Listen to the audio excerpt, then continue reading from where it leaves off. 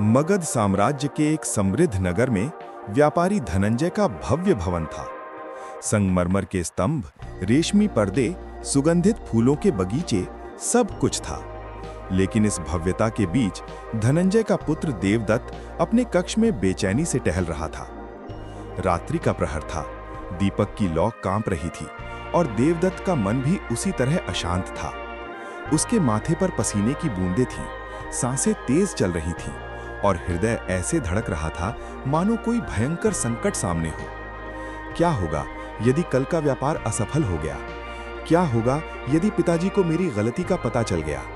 क्या होगा यदि नगर के लोग मेरा अपमान करें? देवदत्त के मन में प्रश्नों का तूफान उठ रहा था। वो 25 वर्ष का युवक था। पिता धनंजय नगर के सबसे प्रतिष्ठित व्यापारियों में से एक थे। लोग देवदत्त को भाग्यशाली कहते थे, लेकिन उसे अपना जीवन एक अभिशाप लगता था। हर सुबह उठते ही छाती में भारीपन, हर रात सोते समय अनगिनत चिंताएं। देवदत्त, अभी तक जाग रहे हो? उसकी माता सुमित्रा ने कक्ष में प्रवेश करते हुए पूछा। उनके चेहरे पर चिंता की रेखाएं स्पष्ट थीं। माता, मुझे नींद नहीं आ रही, देवदत्त ने कहा। उसकी आवाज में असहायता थी। सुमित्रा ने अपने पुत्र के माथे पर हाथ फेरा।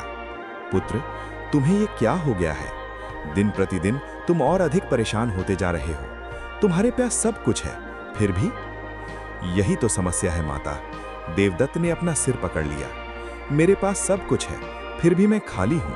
मेरा मन कभी शांत नहीं रहता। हर क्षण कोई न कोई भय, कोई न कोई चिंता मुझे घेरे रहती है। कभी भविष्य की चिंता, कभी अतीत का पश्चाताप। मैं थक गया हूं माता, बहुत थक गया हूं। सुमित्रा की आंखों में आंसू आ गए।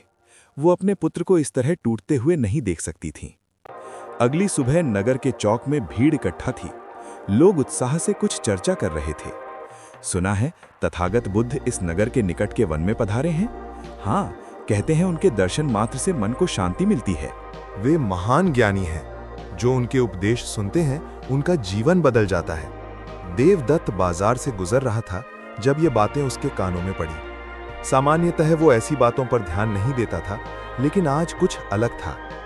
तथागत बुद्ध, ये नाम उसके हृदय में एक अजीब सी हलचल पैदा कर गया।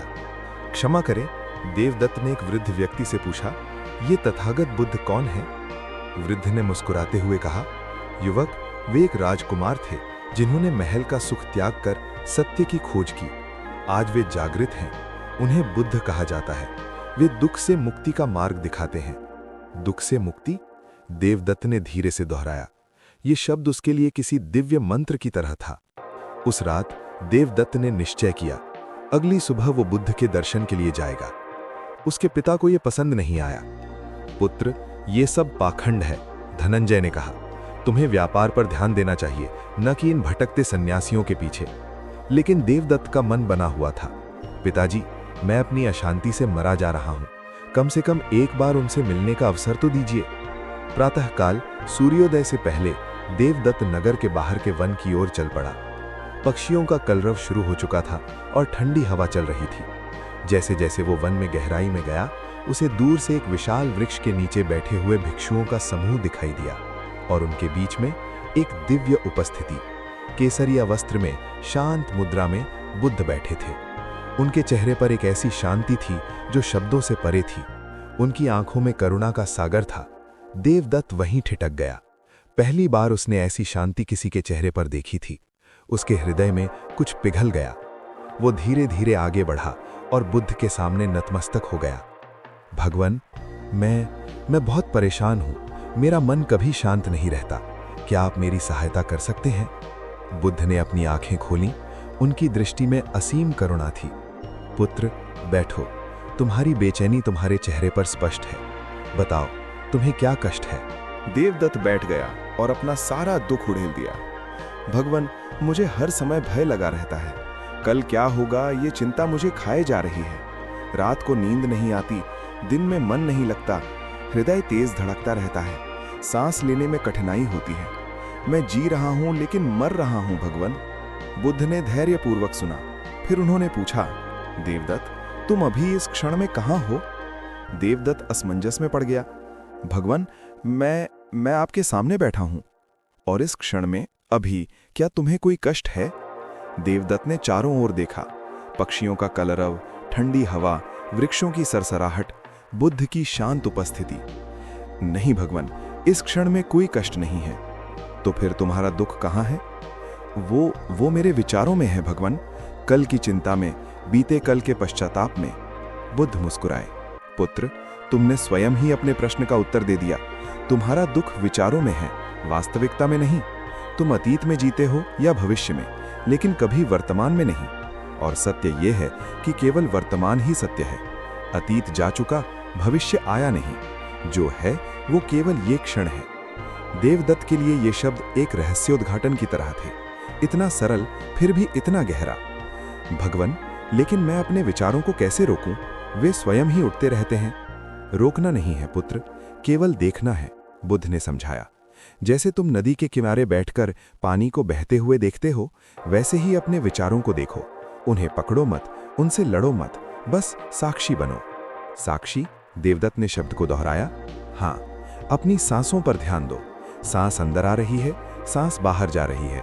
जब तुम अपनी सांसों के साथ होते हो, तुम वर्तमान में होते हो, और जब तुम वर्तमान में होते हो, चिंता और भय का कोई स्थान नहीं रहता। बुद्ध ने देवदत्त को वहीं बैठकर सांसों पर ध्यान लगाना सिखाया। आंखें बंद करो, अपनी रीढ़ सीधी रखो। अब केवल अपनी सांस पर ध्यान दो। सांस अंदर, सांस बाहर, सांस अंदर, सांस बाहर। देवदत्त ने आंखें बंद की। पहले तो उसका मन इधर उधर भागता रहा। मैं ये क्या कर रहा हूँ? ये कैसे काम करेगा? कल की मीटिंग? लेकिन हर बार जब मन भटकता, वो फिर से सांसों पर लौट आता। धीरे धीरे, बहुत धीरे धीरे कुछ अलग होने लगा। विचारों की गति धीमी होने लगी। मन में एक सूक्ष्म शांति का अनुभव होने लगा। 10 मिनट बाद जब उसने आंखें खोली तो उसके चेहरे पर विस्मय था। भगवान, मुझे थोड़ी शांति का अनुभव हुआ। ये तो केवल आरंभ है पुत्र, बुद्ध ने कहा। ये साधना तुम्हें प्रतिदिन करनी होगी। प्रातःकाल और संध्या काल कम से कम कुछ समय अपने साथ बिताओ, अपनी सांसों के साथ, अपने शरीर के साथ, इस क्षण के साथ। देवदत्त ने नियमित रूप से साधना करना शुरू किया। प्रातःकाल सूर्योदय से पहले वो अपने कक्ष में बैठकर ध्यान करता। लेकिन ये आसान नहीं था। कुछ दिन तो ठीक रहते, लेकिन कुछ दिन बहुत कठिन होते। एक दिन व्यापार में बड़ा नुकसान हो गया। पिता धनंजय क्रोधित थे और देवदत्त की सारी पुरानी चिंताएं फिर से जाग उठी। उस रात उसे फिर से नींद नहीं आई। हृदय तेज धड़कने लगा, सांस फूलने लगी। ये साधना काम नहीं कर रही, उसने निराशा में सोचा। मैं फिर से वहीं हूं। अगले दिन वो फिर से बुद्ध के पास गया, अपनी हताशा व्यक्त की। भगवान, मैंने साधना की, लेकिन जब संकट आया तो मैं फिर से टूट गया। क्या मैं असफल हो गया? बुद्ध ने धैर्यपूर्वक सुना, फिर पूछा, देवदत्त, जब तुम चलना सीख रहे थे तो कितनी बार गिरे थे? अनगिनत बार भगवान। और तुमने चलना छोड़ दिया? नहीं भगवान, मैं उठता रहा, फिर से प्रयास करता रहा। तो फिर यहाँ क्या भिन्न है? बुद्ध ने पूछा। मन की साधना भी ऐसी ही है। तुम गिरोगे, फिर उठोगे, विचार आएंगे, तुम फिर से वर्तमान में लौटोगे। ये एक यात्रा है, गंतव्य नहीं। एक दिन देवदत्त ने बुद्ध से पूछा, भगवान, मैं अब पहले से बेहतर हूँ, लेकिन कभी कभी फिर से पुराने विचार आ जाते हैं। क्या मैं कभी पूरी तरह मुक्त हो सकता हूँ? बुद्ध ने एक कहानी सुनाई। पुत्र, एक बार एक किसान ने अपने खेत में बीज बोए। हर दिन वो खेत में जाता और देखता कि फसल कितनी बढ़ी। कुछ दिनों में उसे लगा कि बीज अंकुरित नहीं हो रहे। निराश होकर उसने खुदाई की और देखा कि बीज तो अंकुरित हो चुके थे, लेकिन उसकी बेसब्री ने उन्हें नष्ट कर दिया। साधना भी ऐसी ही है, बुद्ध ने समझाया।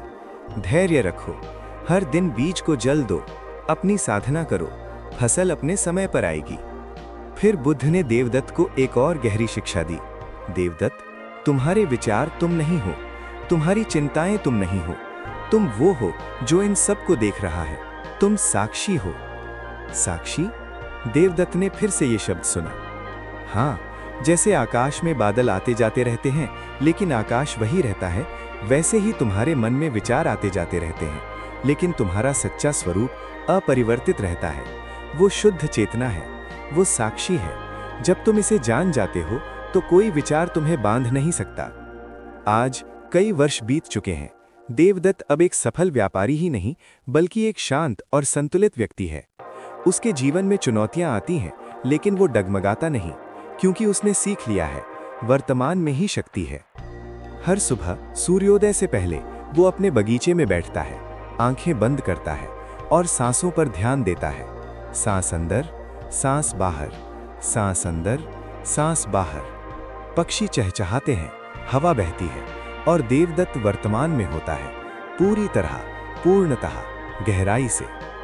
यही माइंडफुलनेस है, यही मुक्ति है, यही जीवन है।